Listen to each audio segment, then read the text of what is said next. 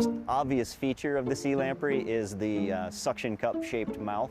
We call it the oral disc. It's just a perfectly round mouth. The sea lamprey mouth is completely lined and ringed with teeth. It has about 150 teeth inside that mouth, and that allows them to really latch on and hold on to a prey fish.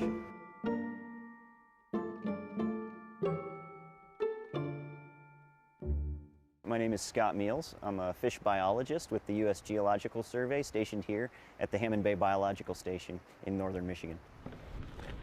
The sea lamprey is an ancient jawless fish. It's a very snake-like fish. A lot of people confuse them with eels because they do look very eel-like, but they're a completely different family.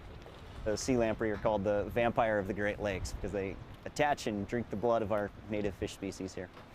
They use their suction cup mouth to attach onto the side of the fish. They're able to create a suction force about 7 times greater than your average household vacuum cleaner. And then they can also rasp into the side of the fish with the teeth that line that suction cup mouth. They'll stay attached to the prey fish as long as that prey fish is healthy. They end up ultimately draining so much blood and juice from the fish that they kill it. A single sea lamprey will kill about 40 pounds of fish prey in its lifetime, which occurs in about an 18-month period. In Lake Huron behind us, there are anywhere from 80 to 150,000 parasitic sea lampreys swimming around right now. Probably the sea lamprey is one of, if not the most devastating species to have invaded the Great Lakes. The sea lamprey actually swam or hitched a ride into the Great Lakes through the canal system. So as the canal systems were being built to connect the Great Lakes to the East Coast, to the Atlantic Ocean, from there it only took a decade or two to really completely infest all 5 of the Great Lakes and wipe out the native fish populations. Specifically, one of the research projects that we have underway is trying to develop a tool where we can selectively pass fish. So right now we're actually using one of the Whoosh Innovations scanning devices, and we're traveling around to various locations around the Great Lakes, working with state management agencies, collecting the fish and collecting images of those fish.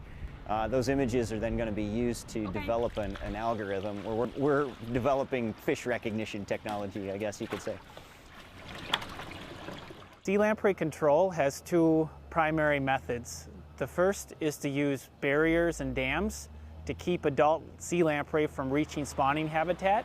Where larvae are produced, there's a lampricide, which is a compound that specifically kills larval sea lamprey that's applied and removes larval sea lamprey from the streams before they metamorphose and go out into the lakes and kill fish.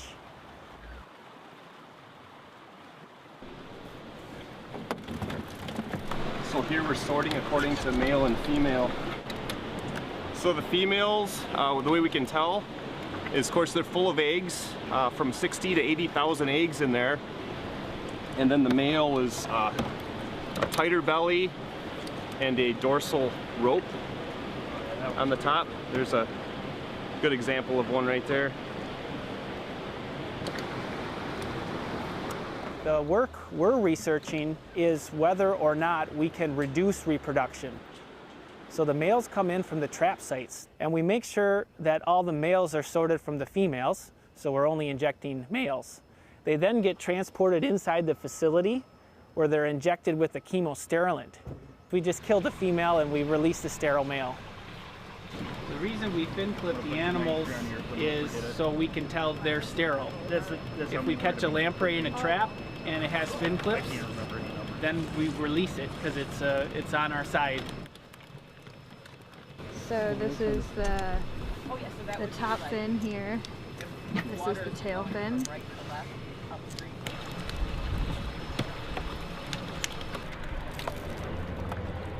Alright, I'm gonna run these. Yep.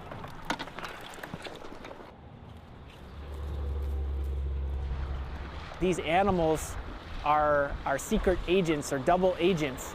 They don't know they're sterile, and when we release them, they go out and find the females in these huge river systems. It would be extremely hard for people to go out and find these animals, but these males are doing all the hard work for us, and they don't even know it, and they don't need to know it.